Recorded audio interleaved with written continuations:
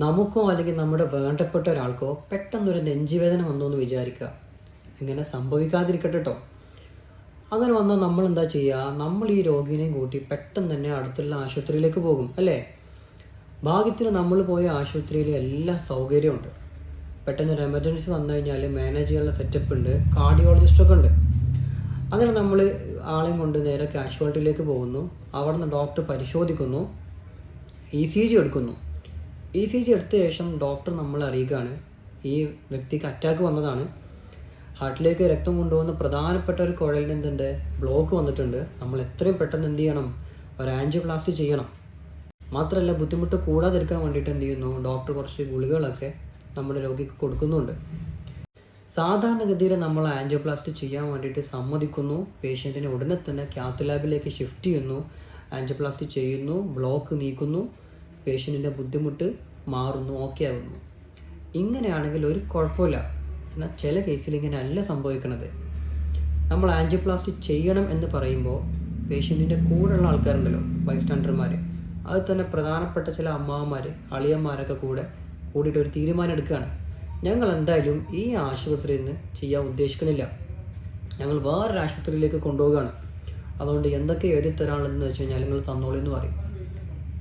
ഇങ്ങനെയാണ് നിങ്ങൾ തീരുമാനം എടുക്കേണ്ടത് വെച്ചെങ്കിൽ ഇത് വലിയൊരു മണ്ടത്തരാണ്, അപകടമാണിത്. കാരണം അറ്റാക്ക് വന്ന ഒരു പേഷ്യൻറ്റിന് അയാളുടെ ഭാവി, ഇനി അയാളുടെ ജീവിതത്തിലേക്ക് തിരിച്ചു വരുമോ, വരികയാണെങ്കിൽ തന്നെ അയാളുടെ ജീവിതം എങ്ങനെയായിരിക്കും എന്ന് തീരുമാനിക്കുന്ന ഏറ്റവും വലിയ ഘടകം എന്താണെന്ന് അറിയുന്നത് സമയമാണ്, ടൈം.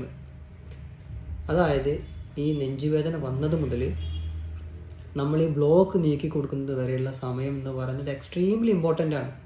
ഈ സമയത്തിന് ഈ പേഷ്യൻറ്റിൻ്റെ ജീവനോളം തന്നെ വിലയുണ്ട്. അത് നമ്മൾ അകാരണമായി വൈകിപ്പിച്ച് കഴിഞ്ഞാൽ ചിലപ്പോൾ നമുക്ക് പേഷ്യൻറ്റിനെ തന്നെ നഷ്ടപ്പെട്ടു പോകും. നമ്മുടെ ഹാർട്ട് എന്ന് പറഞ്ഞു കഴിഞ്ഞാൽ 24 മണിക്കൂറും 24/7 പണിയെടുത്ത് കൊടുക്കുന്ന ഒരാളാണ്. അപ്പോൾ അതിന് ആവശ്യമായിട്ടുള്ള രക്തയോട്ടം കിട്ടിയേ പറ്റുള്ളൂ. ഹാർട്ടിലേക്ക് പോകുന്ന രക്തക്കുഴലിന് എവിടെയെങ്കിലും ബ്ലോക്ക് വന്നു കഴിഞ്ഞാൽ ഏത് ഭാഗത്തേക്കാണോ, ഹാർട്ടിൻ്റെ ഏത് ഭാഗത്തേക്കാണോ ഇത് സപ്ലൈ ചെയ്യുന്നത്, അത്രയും ഭാഗത്തേക്ക് രക്തം കിട്ടൂല. അപ്പോൾ അത് അതിൻ്റെ പ്രവർത്തനത്തെ ബാധിക്കും. ഒരു സമയം കഴിഞ്ഞു കഴിഞ്ഞാൽ ആ ഭാഗം നശിച്ചു പോകും. പിന്നെ നമ്മൾ ആൻജിയോപ്ലാസ്റ്റി ചെയ്തിട്ട് തുറന്നെടുത്തിട്ടൊന്നും കാര്യമില്ല. അങ്ങനെ ആ ഭാഗം നഷ്ടപ്പെട്ടു പോകുക എന്ന് വെച്ചെങ്കിൽ ചിലപ്പോൾ പേഷ്യൻ്റ് മരണപ്പെടാം.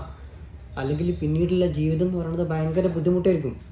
2 അടി നടക്കുമ്പോഴേക്കും കിതപ്പ് വരിക, പിന്നെ ശരീരം മൊത്തം നീര് വരിക, പഴയ പോലെ വെള്ളം പോലും കുടിക്കാൻ പറ്റാത്തൊരവസ്ഥയിലൊക്കെ വരാം. അപ്പോൾ ഇതിനൊക്കെ കാരണം അതെന്താണ്? നമ്മൾ അകാരണമായി വൈകിപ്പിക്കുന്നതാണ്.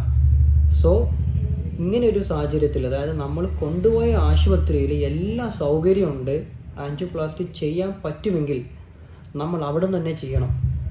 അതല്ലാതെ നമ്മുടെ ഒരു സ്റ്റാറ്റസിൻ്റെ പ്രശ്നത്തിനോ അല്ലെങ്കിൽ നമ്മുടെ വാശിപ്പുറത്തോ ഈ പേഷ്യൻറ്റിനെ നമ്മൾ ഷിഫ്റ്റ് ചെയ്യുകയാണെങ്കിൽ അതിൻ്റെ അപകടവും അതിൻ്റെ പ്രത്യാഘാതവും രോഗിക്ക് തന്നെയാണ്. ചിലപ്പോൾ ആ ഒരു തീരുമാനം കൊണ്ട് അത് ഈ രോഗിയുടെ ജീവിതത്തെ തന്നെ ബാധിക്കാം. അതുകൊണ്ട് ഇത്തരം മണ്ടത്തരങ്ങൾ ചെയ്യരുത്. ഇങ്ങനെയുള്ളൊരു കാര്യം ആരും ചെയ്യരുത്. ഇത് ശ്രദ്ധിക്കുക. Okay, thank you.